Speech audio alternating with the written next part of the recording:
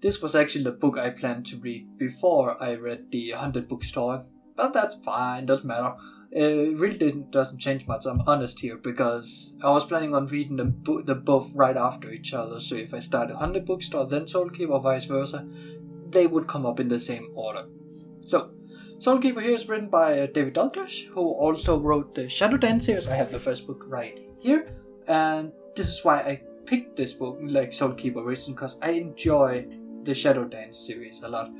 It's actually the only reason I picked this book is because I know I like David Daglish. It's not the cover or anything, which we will get to. So, as always, before we get too far into this, a little background.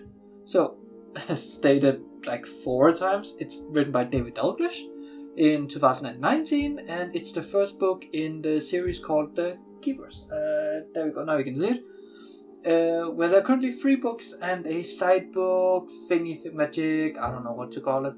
And also, this book currently stands at around a 4 on Goodreads. Alright, so let's talk about the cover. I really dislike this cover. I think it's so boring and uninspiring. It doesn't tell me anything about this book. Like, the only thing that tells me anything, if we can get this going here. There we go. Is that there's text on the cover. The magic has returned, and so has the monsters. The picture itself tells me nothing. It's just a guy with a sword over his shoulder. That's really boring, really bad. So yeah, that's kind of why I had to state that I only bought this book because I knew and enjoyed the author, because this is a very uninspiring book and I don't think the cover is gonna sell at all, which sadly is the job of the cover. So in my opinion, that's failed. Let's get into this review of the book actually. So let's start out with chapter 1 through 9. So starting the book off with these chapters feels like it's the right thing, since they set up the plot, they add some magic and a lot of mystery. So for me, these chapters work as the book's hook. And you might say, that's a lot of chapters for a hook. And you're right, it is. But I really don't think the story has started before Devon meets up with Tommy. Is that bad? Well, yes and no, you see. It is a slow start. It's a really slow start. But it is super well written, and a lot of it happens even though it's just a setup for the story. So let's talk about the story and the characters so far. I love Devon and Puffy. I think their chemistry is great, and Puffy just sounds the cutest.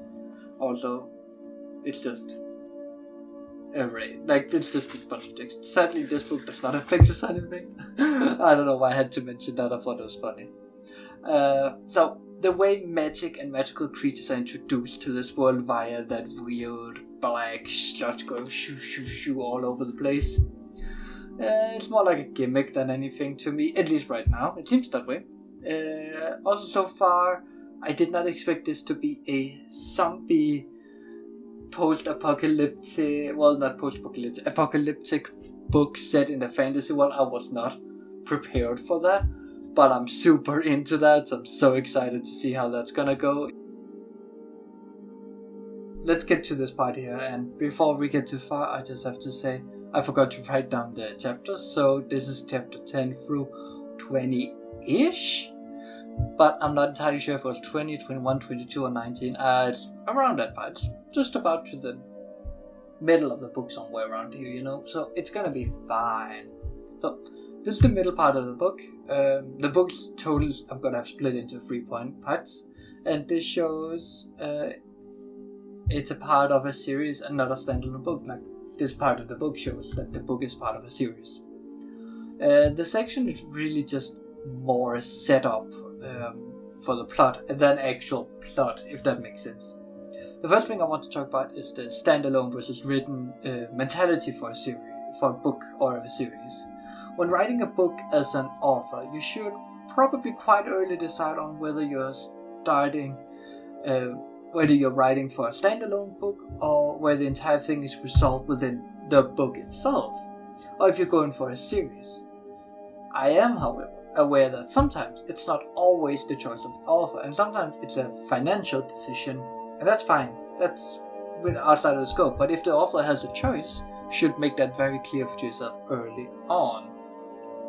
A lot of time in this book here is to spend on setting up more of the world, setting up more characters, creating dynamics, and it's good. I love it.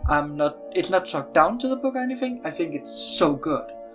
But just be aware, a lot of your time is going to be spent on world building and understanding the characters, and not that much is actually okay, a lot is happening, but it doesn't feel that way, if that makes sense. So, talking about some of the characters in the world building, the chemistry behind all our main characters is just good. It's insane how good it is. I love the chemistry behind Devin and Jakaranka. I think that's her name. She's mainly just called Jack, which I can pronounce that, so I'm gonna go with that. But the thing is, I can feel Daglish is smiling when I'm reading the sections. Imagine that.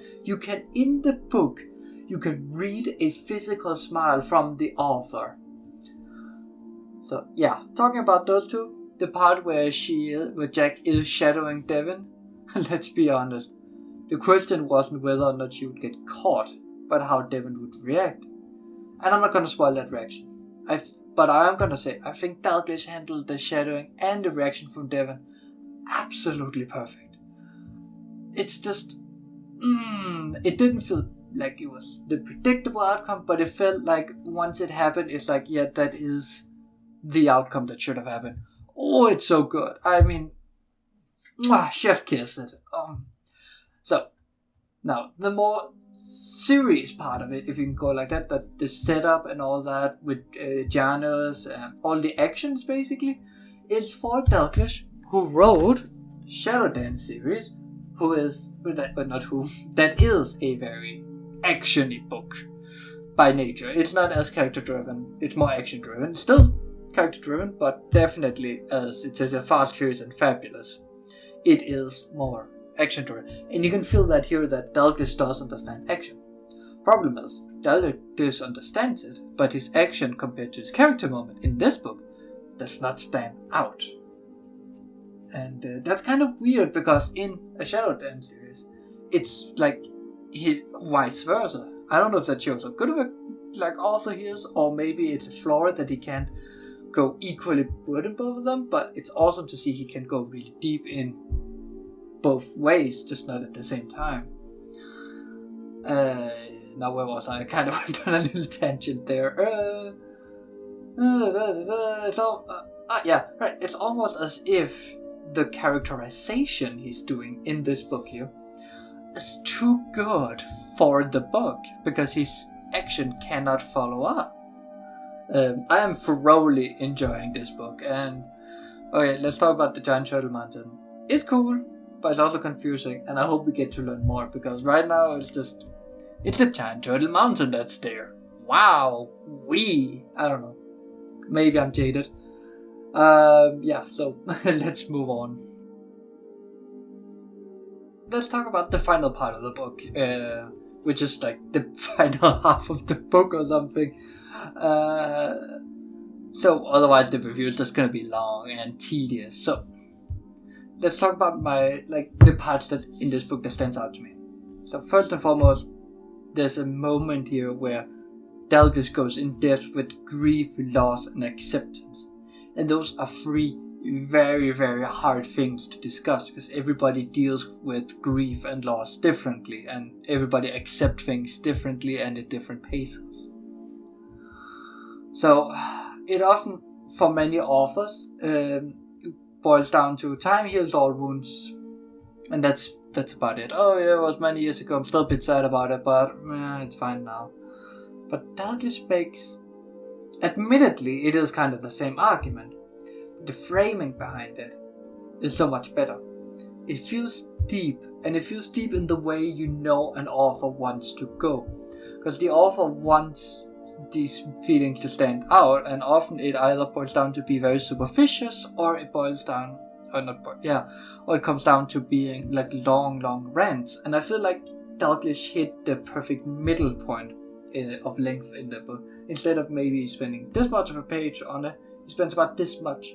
But it's condensed feeling. It's not like there's a rule of three that you can use, and I don't know what it's called. I call it rule of three. Basically, it's the idea that you can describe things in three ways, and it's kind of the opposite of what I'm doing right now because I'm over describing.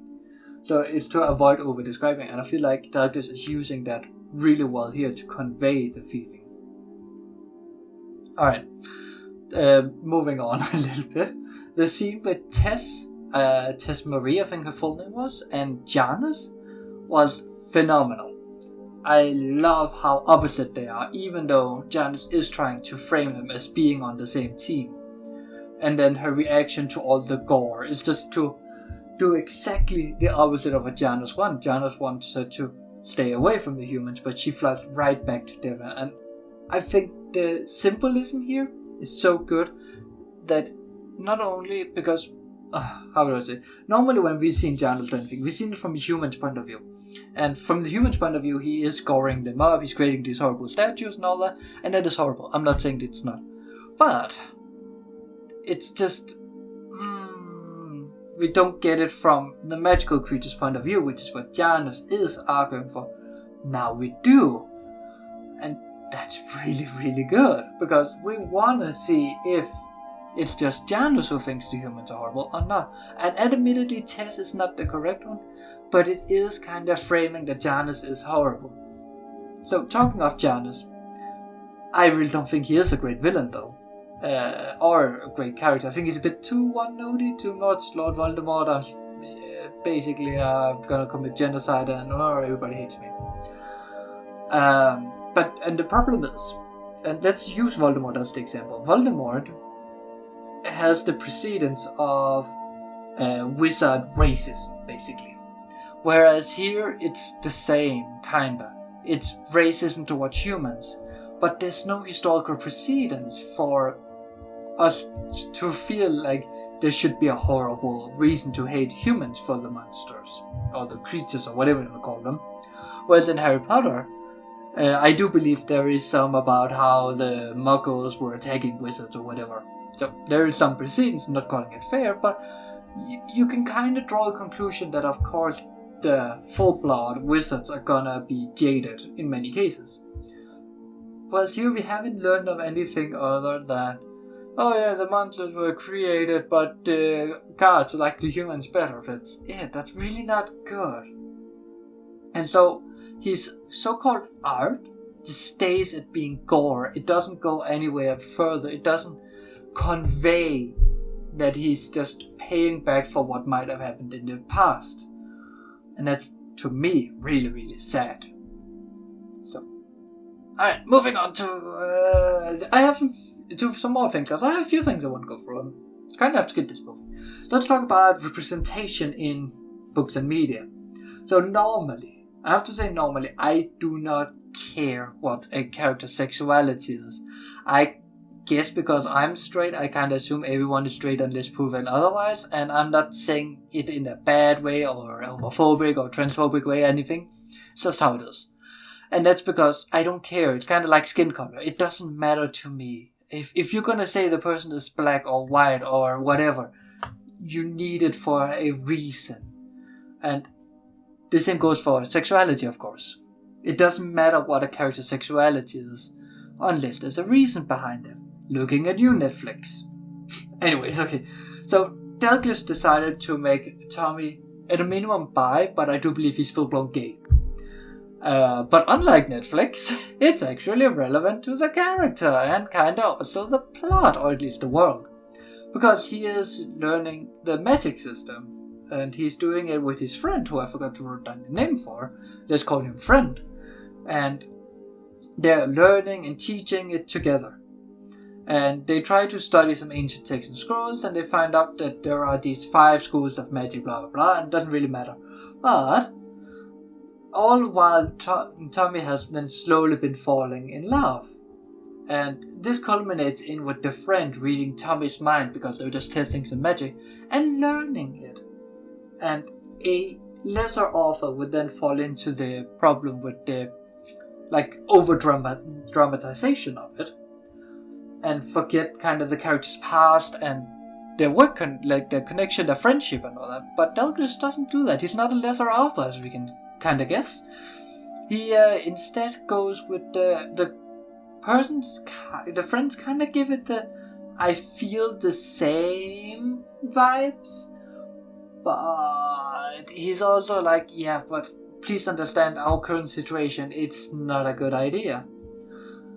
And so that's about it. And I mean, Tommy has teased a little bit about it, but it's in the teasing of kind of, it's same if you teased a straight guy about liking a girl. It's not teased in, oh, you're gay, haha, sucks to be you. No, it's you like that person that's funny to tease you with, sitting in a tree, all that kind of teasing, and that's great. It brings up some character moments. It brings up, it shows a little bit about the world too, because the world seems either the main character is tolerant or the world is tolerant. I like to think the world is tolerant, but at least it shows that tolerance is a thing in the world. It also further enhances Tommy as a character. It enhances Devin as a character. It's just all around a good thing. So yeah, if you are gonna use sexuality, do it like correctly, I guess you can go. Alright, let's talk about some more, because this is already quite a long section. So, something that really in this book touched me was Devin has a fear of losing control, and that's something I feel like we all can relate to.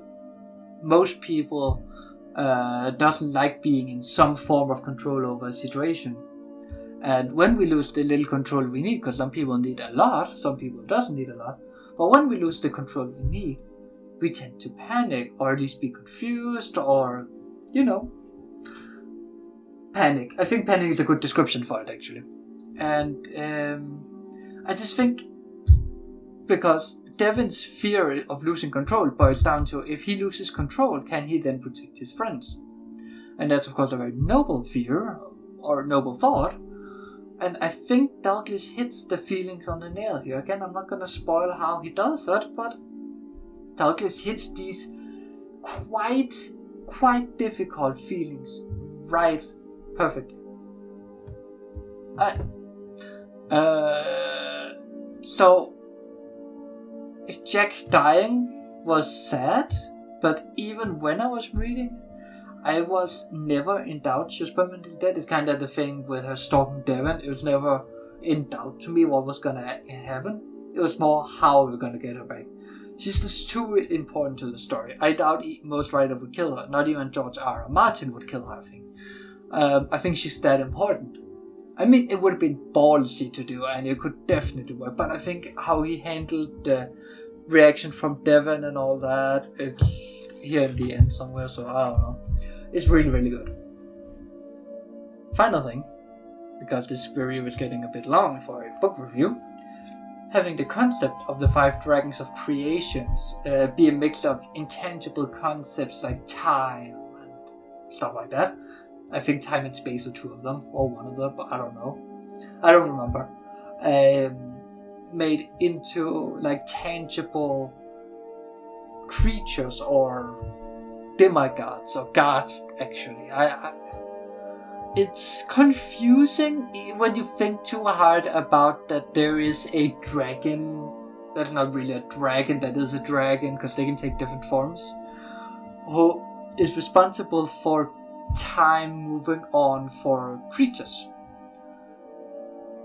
But it's so cool, I love it. It's just kind of difficult to follow. But they are made by gods to be gods in a way, so I suppose it's fair my mortal mind doesn't understand it. I hope we get more in the sequels about how they do things. I don't expect Daglish to be able to explain how time works in the same way, because we already know. We actually, about that, in this section here, I have a great description by Tess about that, about imagine two parts of the river flowing, but one part is going faster than the other. And that's kind of the idea, and then at times the 2 parts will diverge out and then they'll meet together. But the fast part might have gone like while like all around, while the other one just gone straight up. But because of the difference in flow speed, they will meet at the same time again, like the individual water parts. And that's kind of the idea here. At least that's how I see it. So this Dragon of Creation, for this specific example, is then tasked with making sure that all creative speeds match up so they can communicate and exist together. Alright. I think that's enough talk. Let's get to the conclusion and let's answer our question if you should read this book. Should you read this book? Well, yes, you should. It's a great book. It's really, really good. But only if you plan on reading the rest of the series. Because the ending is so open, you really don't feel... Like, I would almost describe it as being blue-balled without spoiling. I guess that's kind of the best way of describing it. But you should...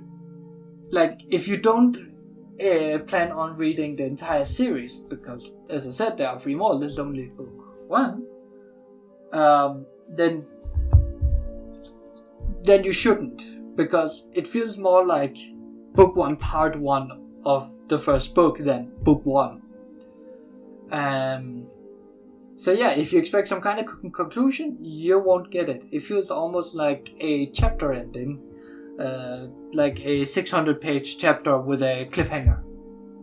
So yeah, look out. The rest of the series will be coming up. But if you are planning on reading more than this book, then yeah, you should definitely go for it. Yeah, that's my honest opinion. Alright, time for the hint for the next review. I'd never given much thought to how I would die, though I'd reason enough in the last few months. But even if I had, I would not have imagined it like this.